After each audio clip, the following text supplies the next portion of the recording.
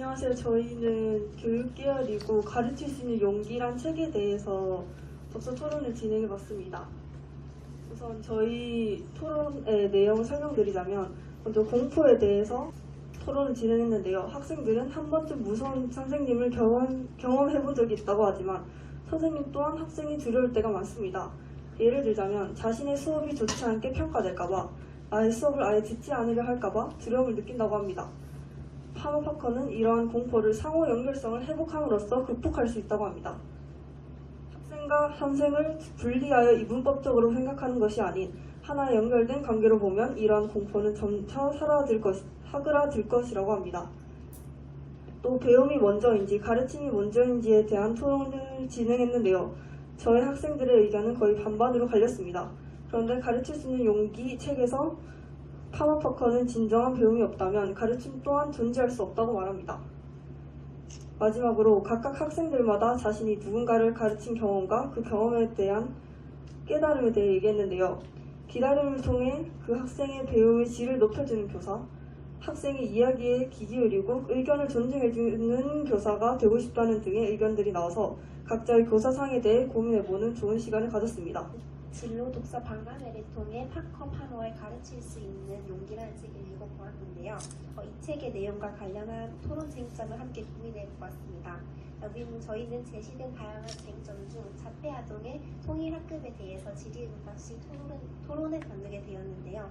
이 토론을 통해 찬반 측 학생들은 통합학급이 찬성 측 학생들은 자폐아동의 사회성을 기르는 데 도움이 된다라는 근거로 자신의 주장을 내세웠고, 반대 측은 자폐아동의 인식 개선 후 통합학급을 진행해야 한다. 자폐아동이 수업 분위기를 흐릴 수 있다라고 주장하여 같은 측의 입장을 제시했습니다. 이와 같이 학생들은 자신의 입장을 말한 후 반론을 통해 자신의 주장을 보완할 수 있었으며 이를 통해 자신의 주장을 강화할 수 있었습니다. 저는 총 소감에 대해서 말해볼 건데 제 교육관에 대해서 한 번 더 정립할 수 있는 계기가 되었던 것 같습니다. 구체적으로 말하자면 제가 미래 교직 생활을 하게 되어서 학생들을 만났을 때 아이들을 대하는 자세에 대해서 생각해 볼 수 있었는데요.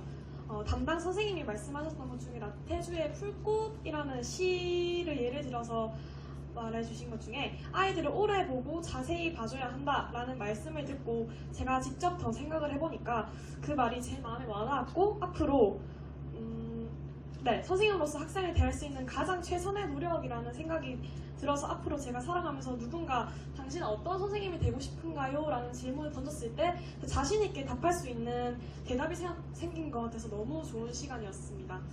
그리고 교육이라는 분야에 관심을 가진 친구들이 한자리에 모여서 얘기를 하는 것이다 보니까 공통점도 많았고 교육에 대한 분야에서 집중적으로 파고들어서 얘기를 해볼 수 있어서 정말 좋고 행복하고 뜻깊은 시간이었습니다. 처음에 그 발표하실 때 상호 연결성을 회복함으로써 공포를 해소할 수 있다고 하셨잖아요. 그렇다면 그 상호 연결성을 회복하는 구체적인 방안은 뭐가 있을까요? 그러니까 선생과 학생의 관계를 이분법적으로 분리해서 생각하다 보면은 각자의 공포에 대해 사로잡혀서 더 그것만 강조하게 생각하게 되는데 상호 연결성을 회복함으로써 서로 떨어지는 관계가 아니고 갇힌 관계고 한 공간에서 서로 배움을 이어감으로써 공포를 극복할 수 있는 것이라고 생각합니다. 하나의 공동체라는 걸 인식을 바꿔야 된다는 거군요. 네. 잘 들었습니다. 안녕하십니까. 저는 창업의 영지여고 남나연입니다. 자폐아동의 통일학급을 시행할 때 자폐아동의 사회성을 증진시킬 수 있다고 말씀하셨는데요. 근데 만약에 이 자폐아동이 수업 분위기를 흐리게 된다면 정확히 어떤 구체적인 방안으로 해결할 생각이신가요?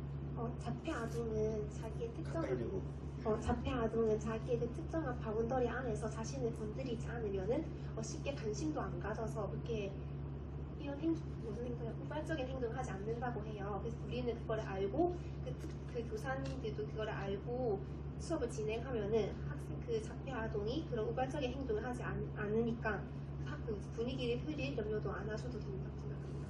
근데 만약에 그 학급에 있는 친구가 우연찮게 그 바운더리를 건드리게 된다면 어떻게 하실 생각이신가요? 그럴 걸 대비해서 자폐아동 한 명당 특수교사를 한 명씩 붙여요.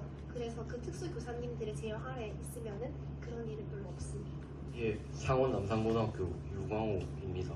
예, 제가 질문할 건 자폐 아동이 통합학급으로 인해서 사회적 뭐 그런 연결이 증진될 수 있다 하였는데 만약에 사회적으로 증진되지 못하고 고립되게 된다면 혹시 어떤 방안으로 그러니까 그 자폐 아동이 일반 학생들과 같이 있는데 거기서 얻을 수 있는 무슨 긍정적인 요소가 있어서 같은 반에 넣는 건지.